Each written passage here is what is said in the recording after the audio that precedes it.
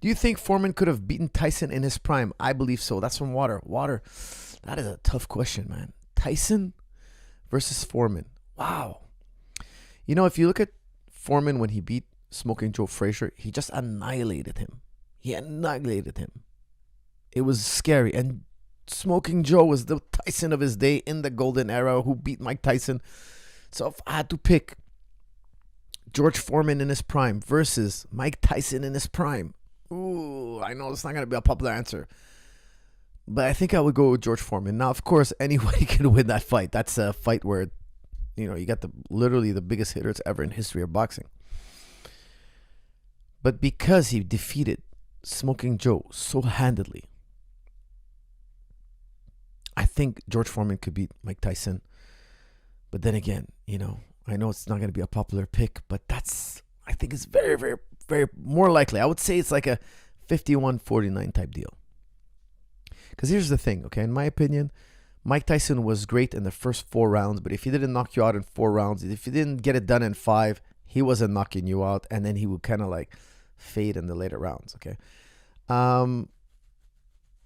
Foreman, he's going to last more than 4 rounds with Mike. That's how I see it. He's too smart. He's too slick. He also hits hard. It would be very dangerous for Mike Tyson to try to overly pressure him. He had like that stretched arm style, where he kind of smothers you. I think it would have been a question of styles, of course, but George Foreman, guys, for those of you who don't remember, he was one of the biggest hitters of all time. Just as strong, in my opinion, as Mike. Coach, do you think Ali was the greatest boxer ever? That's from JB. Yes, I think he was the best pound-for-pound boxer in history. Why? He beat George Foreman. He beat Smoking Joe. I mean, he was in the golden era of boxing, where the heavyweight boxing was the best ever. I don't think there was a better era ever. And he rose to the top, and he was the champion. Now, with that said, it could have easily been George Foreman. For those of you who've never seen the Rumble in the Jungle, George Foreman versus Muhammad Ali. You have to go watch that fight. If I remember correctly, it was in Zaire, Africa. Well, of course, it was in Africa, but I'm thinking it was Zaire.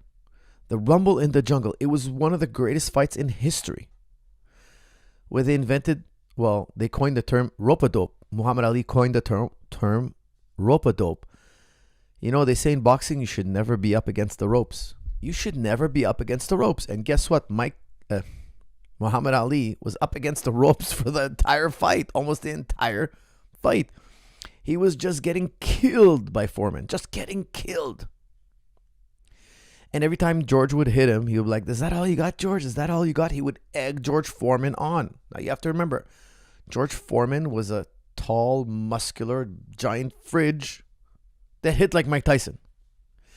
And he was just destroying Ali with shots. And Ali later said he thought he was close to death. He was going to die in the ring. Muhammad Ali thought he was going to die in the ring. Now Ali is putting on a poker face and egging George on to hit him more. Hit me more. That's all you got. That's all you got. You could see that he's talking in the fight. Ali, they used to call Ali the lip. He wouldn't shut up. He wouldn't shut up before the fight, after the fight, during the fight. The man just won't shut up. Literally, there are interviews where they're interviewing other boxers, and Muhammad Ali would jump in and start talking on the mic, and like the interviewers, they know each other well. They're pushing Mike Tyson, Muhammad Ali away and covering his mouth, and like, they can't get this man to shut up. Muhammad Ali just wouldn't be quiet for one moment, not before the fight, not during the fight, not after the fight. So during the fight, you see Ali talking, and what's he saying? Well, he was making fun of Foreman, even though he was saying, look, I was close to death. There's a great documentary on this. Now, the build-up to the fight was also incredible. Why? Ali was accusing George Foreman of being a white man's you-know-what, a bad word we're never supposed to say. Meaning that George is such a great boxer, but he knows nothing about his own history. Why? Well, he came to Africa with German Shepherds. German Shepherds were the dogs they used to round up the victims of the transatlantic slave trade. Now, if you guys don't know, Muhammad Ali was very politically involved. He understood what was going around him. He understood how America came to be. He understood the situation of the black man. He understood what was going on. He understood he wanted to fight in Africa. Why? Because we're coming back as kings. They're coming back as kings. They went in as slaves and they're coming back as kings. The build-up was incredible. Now, Foreman, he's not too deep of a guy at that time. Okay, later on, of course, he got wiser. He got more sophisticated. But at the time, he was a young man. You know, he was young. He was really young. And he's like, I just want to fight this guy, but this guy won't stop talking about politics. Now, the African people were 100% behind Muhammad Ali because Muhammad Ali understood their situation. Before the fight, they were painting murals of Muhammad Ali. But you have to understand, Muhammad Ali is the underdog here. He's going up against one of the greatest phenoms ever to step in a ring, George Foreman. The crowd is chanting Ali Boumaye, Ali kill him, Ali kill him, Ali kill him. And Foreman is destroying Ali right now. Ali is losing every round. 1, 2, 3, 4, 5 rounds go by, and Ali's getting a beating. Ali's barely punching back. I can't remember exactly what round. I think it was the 10th round. But you see Foreman start to get tired of beating the hell out of Muhammad Ali. And on a dime, the fight turns. Foreman starts to get tired, and he's like, I've never hit a guy so many times in my life, and the guy kept standing there. Muhammad Ali throws a beautiful combination like he always does. Hands of lightning. Now, Muhammad Ali, in my opinion, at this point was having the performance of he did the game plan of a lifetime, but he wasn't in his peak. He was getting beat up. Muhammad Ali was getting beat up. Turns it around.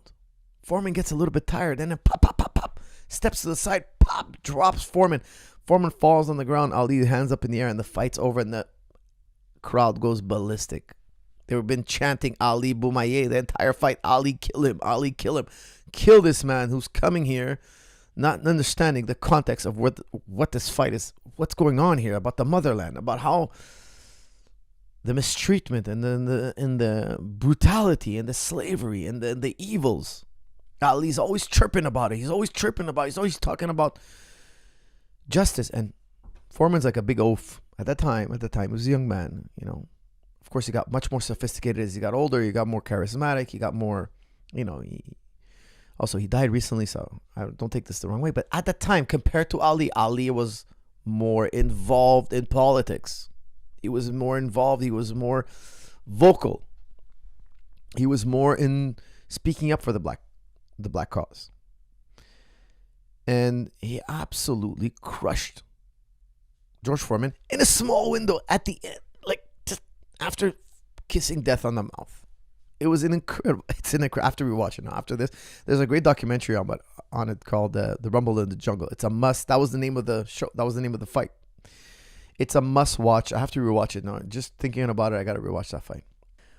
Why would Ali go into the draft? Sadly, many of his prime years was wasted with the stupid policy. That's from Water. Well, he refused the draft. Then he was sentenced to jail. He appealed it. He never went in jail, but he was sentenced to jail. Okay, now he got stripped from his title. There was a lot of politics. Guys, I immensely respect Muhammad Ali. He was incredible. He said, why would I go to Vietnam and kill a guy? Why would I go to Vietnam and kill a guy for the white man? Why would I go across the sea and go kill a man who has nothing to do with me? He's never oppressed me. He never put me in chains. He didn't have Jim Crow laws against me. He never called me the N-word. He said that famously. He said, no Viet Cong. And Viet Cong is not a nice way to call Vietnamese. But, you know, he was kind of playing on words here. You know, Ali was very poetic in many ways. It's like, no Viet Cong ever called me N-word. And it was like, he's like, yeah, I'm not going to go on the front lines. Well, guys, truth be told, Ali was not going to be on the front lines. Ali was going to be handing out water bottles and giving little speeches and just boosting morale of the men. Who was going to actually die on the front lines? Well, you know, they round up the black communities, the Hispanic communities, all the poor towns, all the poor villages. That's who they sign up. They go and they entice them. And they tell them that, oh, you're going to be so brave. You're fighting for your country. We respect you. Thank you for your service. The politicians never put their kids on the front lines. Never. Never. They always put the poor, the have-nots, the kids with very little options in life, and they entice them with a military career. Then they push them on the front lines. And then when enough of them die, like, you know what? We're sick of this war. Let's go back home. Having accomplished nothing, just killing, massive slaughter. And of course, the people who have investments in military companies, contracts, they get really rich. So a select few of Americans get crazy rich. Politicians get crazy rich. The poor get slaughtered, massacred, devastated. The taxpayer fits the bill. And the Vietnamese are, bitter for, generations. Angry. It's sad. That's why I respect Muhammad Ali so much for standing up for what's right and even accepting to be stripped from his title and possibly facing jail time. Now, he never faced jail time. He never went to jail. He never actually did time. He appealed it. And by the time his appeal was done and all that, the war had become wildly unpopular. And I can't remember exactly how it played out, but I think it was his appeal that got him out of it.